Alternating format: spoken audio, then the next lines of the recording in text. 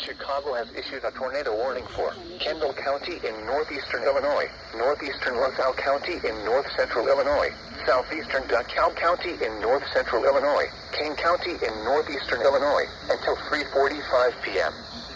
At 3:10 p.m., severe thunderstorms capable of producing tornadoes were located along a line extending from Maple Park to near Inkley to near Sandwich to Lake Holiday to near Sheridan, moving east at 60 miles per hour. Hazard, tornado.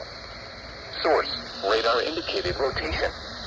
Impact, flying debris will be dangerous to those caught without shelter. Mobile homes will be damaged or destroyed. Damage to roofs, windows, and vehicles will occur. Tree damage is likely. These dangerous storms will be near Grove and Elburn around Canton Hill. Grove and Elburn around 3:20 p.m. Athensville, Geneva, Montgomery, North Aurora, Boulder Hill, and Valley View around 3:25 p.m. and Valley View around 3:25 p.m. Bartlett, West Chicago, Acadia.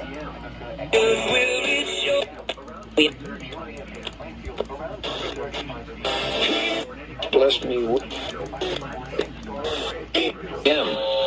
Aurora, St. Charles, Athensville, Geneva, Montgomery, North Aurora, Boulder Hill, and Valley View around 3:25 p.m. Bartlett, West Chicago, Batavia, Minooka, and Wayne around 3:30 p.m. Joliet and Plainfield around 3:35 p.m. Other locations infected by these tornadoes.